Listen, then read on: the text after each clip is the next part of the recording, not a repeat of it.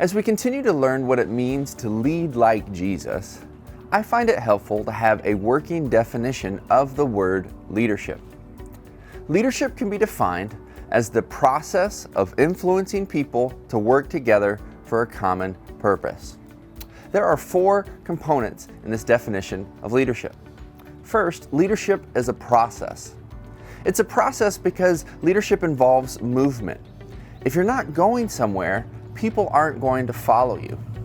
Also, leadership is a process because it's ongoing. Leaders are not made in a day, but rather leaders are made daily through their choices and their attitude and their actions. Second, leadership is influence. This phrase has been made famous by the leadership guru John Maxwell, and I believe it to be true. Leadership is influence because it's not about your position or your job title, but it's how you impact the culture of your working community. Third, leadership involves working together because leadership is a team sport. Just as there are certain activities in life that you cannot do alone, Christianity is one of those things. Being a disciple of Jesus is being called into community, and that community is known as the church. So part of your job as a leader is going to be getting people to not only get along, but to work together.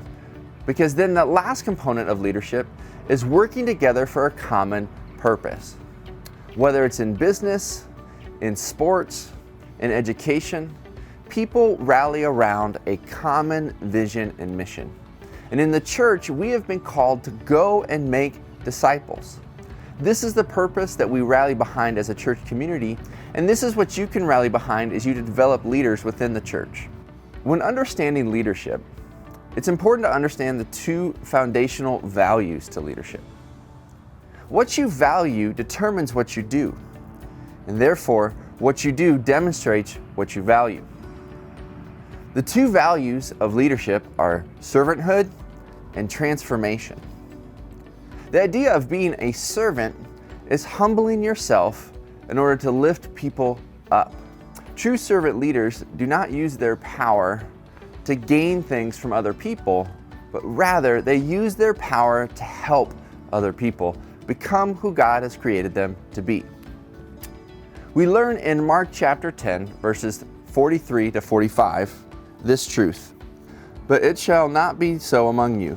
But whoever would be great among you must be your servant, and whoever would be first among you must be the slave of all. For even the Son of Man came not to be served, but to serve, and to give his life as a ransom for many.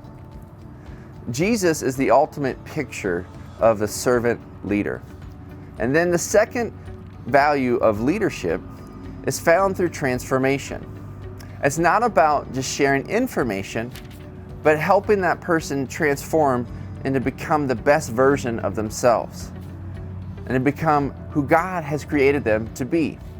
In 2 Corinthians chapter 3, verse 18, we read this: "And we all, with unveiled face, beholding the glory of the Lord, are being transformed into the same image from one degree of glory to another. For this comes from the Lord, who is the Spirit." So in summary, leadership is the process of influencing people to work together for a common purpose. And the 2 foundational values of leadership are servanthood and transformation.